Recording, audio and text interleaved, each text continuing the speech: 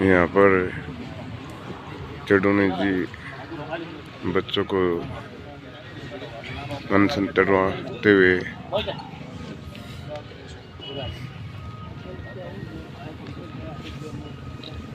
पहुंचे चढ़ोने जी।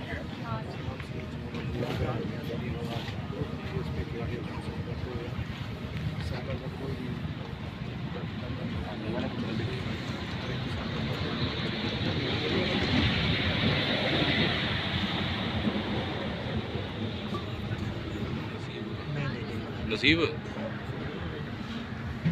खींच लिए, हाँ ऊपर से खींच लिए।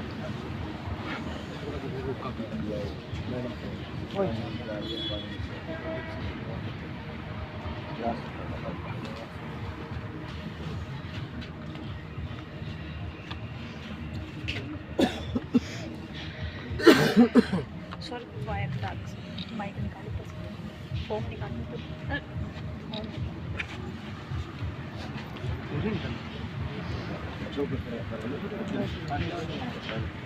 अक्षय हाँ आजो कर ले जाओ शॉट तो करने दो ना। मेरा ख्याल है सारे पीछे आ गए है ना।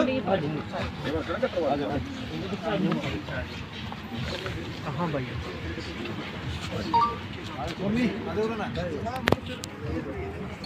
अब सारे जी आजा देख लीजिए। एक मिनट सर पीछे देखो ये पकड़ो सारा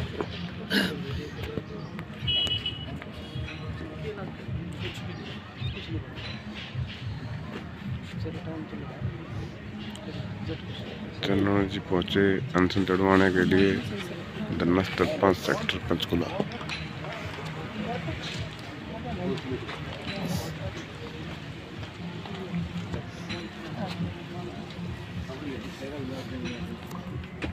नहीं मतलब आपकी आईडी क्या कल मेरी आईडी भी दिखेगा। सर काफ़ी दिनों से ग्रुप डी के छात्र हमारे अनशन पे बैठे हैं, तो क्या कहना चाहेंगे और आपके द्वारा आज उनको?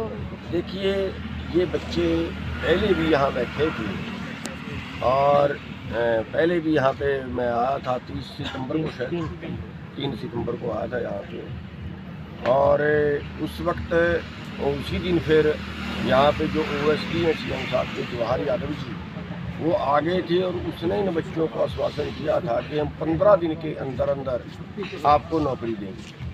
आपको बता दें हम कि ये खिलाड़ी बच्चे हैं और ग्रुप डी की नौकरी का इनको आश्वासन दिया था खिलाड़ियों के कोटे से, और लेकिन उसमें बेईमानी ये की कि खिलाड़ी तो रह गए, जो खिलाड़ी नहीं थे उनको खिलाड़ी दिखा के नौकरी दे दी और जो वास्तविक खिलाड़ी थे वो रह गए। इन्होंने अपने सबूत पेश किए।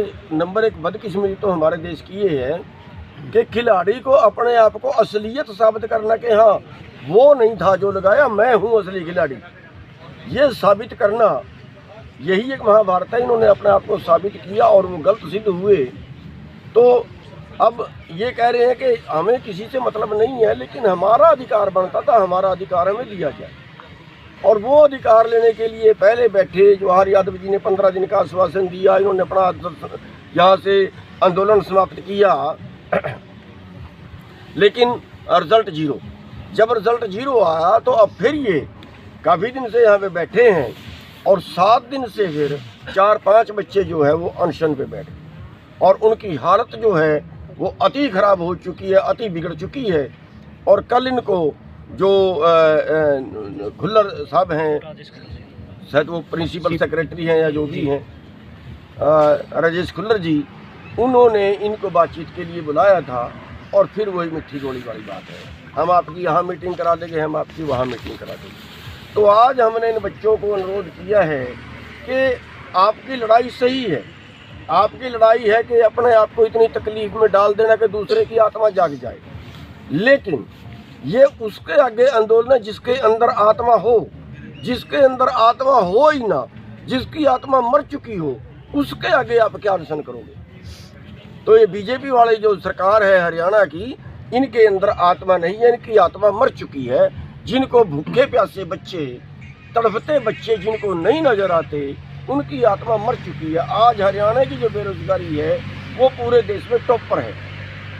और हरियाणा के बच्चे अपने जिनका सबसे ज़्यादा योगदान हरियाणा पंजाब वालों का देश को आज़ाद कराने में, देश को आज़ाद रखने में रहा, आज उस हरियाणा के बच्चे और उस पंजाब के बच्चे आज अपने देश को छोड़कर, आज अपने माँ बाप को छोड़कर, आज अपनी प्रॉपर्टी बेचकर बाहर जा रहे, होड़ लगी हुई। तो सर कारण क्या मानते हैं इन लोगों की ज्वाइनिंग क्यों नहीं हो रही है? इतनी बार इनकी बैठक भी हो गई, बातचीत भी हो गई, लेकिन निर्णय कुछ नहीं निकल पा रहा। देखिए, एक तरफ सरकार कहती है बिना पर्ची बिना खर्ची नौकरी, लेकिन बदनीयत ये थी कि खिलाड़ियों के नाम पर अपने चहेतों को नौकरी दी, वोट के लालच में अपने चहेतों को नौकरी दी गई और जो उसके असली हकदार थे वो रह गए। चलो चहेतों को दे दी, उनसे इनको प्रॉब्लम नहीं है, हमें भी कोई प्रॉब्लम नहीं है, लेकिन इनको इनका अधिकार मिलना चाहिए। और आज हमने इन बच्चों को बहुत समझाया है कि ये तरीका नहीं है, आप सरकार के सामने होकर लड़िए, और इन्होंने हमारी बात मानी है, इनका धन्यवाद है इन बच्चों का।